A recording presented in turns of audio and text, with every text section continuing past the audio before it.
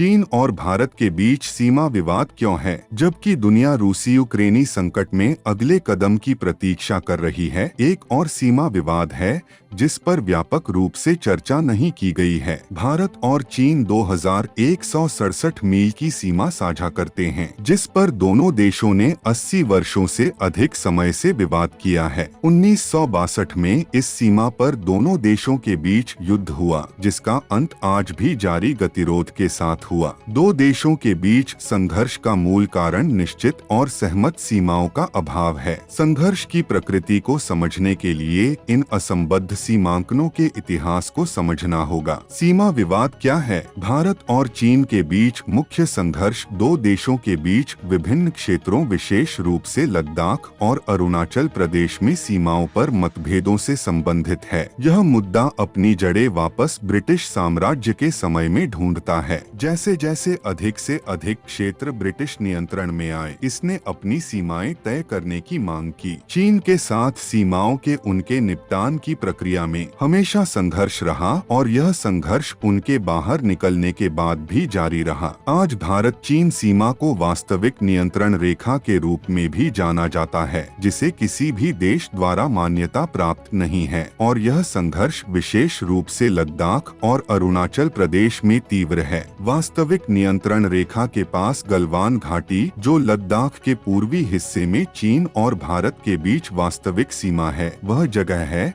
जहां पिछले साल पड़ोसी देशों के बीच तनाव अधिक था। अक्साई चिन, जो एलएसी के पूर्वी हिस्से में स्थित है, वर्तमान में चीनी नियंत्रण में है, लेकिन भारत द्वारा हाल ही में बनाए गए केंद्र शासित प्रदेश लद्दाख के हिस्से के रूप में दावा किया जाता है। यह क्षेत्र पामीर के करीब है। सामरिक दृष्टि से यह क्षेत्र बहुत महत्वपूर्ण है। संघर्ष का इतिहास। इस क्षेत्र में संघर्ष अपने इतिहास को डोगरा शासन के तहत जम्मू और कश्मीर राज्य में बताता है। अक्साई चिन क्षेत्र को विलियम जॉनसन द्वारा नवगठित राज्य में रखा गया था, जिन्होंने 1897 में इस क्षेत्र का सर्वेक्षण किया था। ऐसी बनाई गई सीमा रेखा को जॉनसन रेखा के रूप में जाना जाने लगा। लगभग 1899 में अंग्रेजों ने इस क्षेत्र में चीन के साथ अपनी प्रस्तावित सीमाओं को संशोधित किया। इस बार उन्होंने अक्साई चिन क्षेत्र को चीनी पक्ष में रखा। इस कदम के पीछे मुख्य कारण रूसियों को दूर रखना था। इस रेखा को मैकार्टनी-मैकडोनाल्ड रेखा के रूप में जाना जाने लगा। अंग्रेजों के बाहर निकलने के बाद क्या हुआ? उपमहाद्वीप से अंग्रेजों के बाहर निकलने के बाद यह क्षेत्र दो नवगठित राष्ट्रों भारत और पाकिस्तान के बीच विवाद का केंद्र बन गया। दोनों देश पूरी रियासत पर अपना दावा करते थे, जबकि पाकिस्तान ने राज्य में मुस्लिम बहुल आबादी के आधार पर इस पर दावा किया। भारत ने अपने अंतिम शासक द्वारा हस्ताक्षरित परिग्रहण के आधार पर इसका दावा किया, लेकिन इस विवाद में चीन का पक्ष बिल्कुल अलग था। चीन के साथ विवाद सीमाओं को लेकर था, जहां भारत ने क्षेत्र में जॉनसन लाइन को चीन के साथ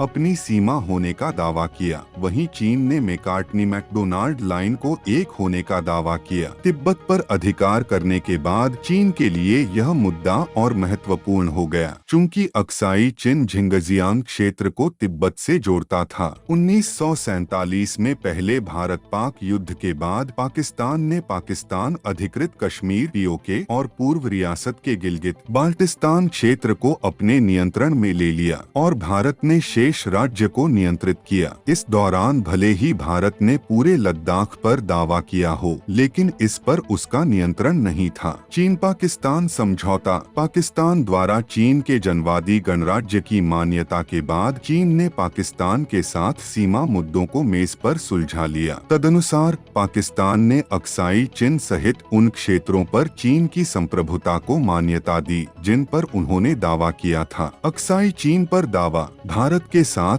दोनों देश अलग अलग सीमा रेखाओं पर अड़े रहे। दोनों ही अक्साई चिन को अपना दावा कर रहे थे। जैसा कि पहले कहा गया है कि यह क्षेत्र शिनजियांग को तिब्बत से जोड़ता है।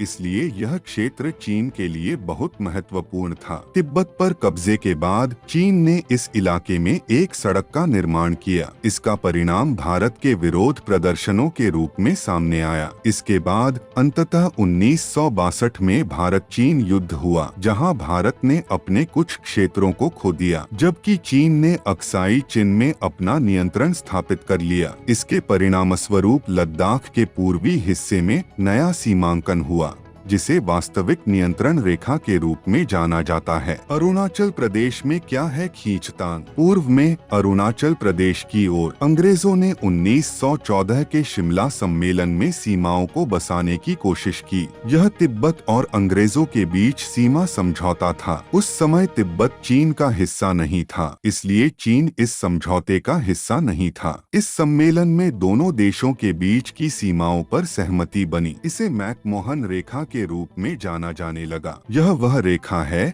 जिसे भारत द्वारा आधिकारिक सीमा माना जाता है, न कि चीन। चीन अपने क्षेत्र के हिस्से के रूप में दक्षिण के कई क्षेत्रों पर दावा करता है। चीन द्वारा तिब्बत पर कब्जा करने और इस तरफ भी भारत के साथ सीमा साझा करने के बाद इस तरफ संघर्ष प्रमुखता से आया, लेकिन फिर से कोई भी स्वीकृत सीमा नहीं थी। जबकि भारत ने शिमला कन्वेंशन के आधार पर मैकमोहन लाइन को मान्यता दी, चीन ने दावा किया कि कोई सहमत सीमा व्यवस्था नहीं थी और ऐतिहासिक आधार पर कई क्षेत्रों पर दावा किया। 1962 के युद्ध में चीन भी इस तरफ से पार हो गया, लेकिन पूर्वी हिस्से पर विशेष रूप से अरुणाचल प्रदेश में LAC अभी भी मैकमोहन रेखा के अनुसार कमोबेश है। इस रेखा से आगे की भूमि पर चीन का दावा ही दोनों देशों के लिए स्थिति को जटिल बनाता है। अरुणाचल प्रदेश और लद्दाख के अलावा भारत और चीन के बीच अन्य क्षेत्रों में भी सीमा विवाद हैं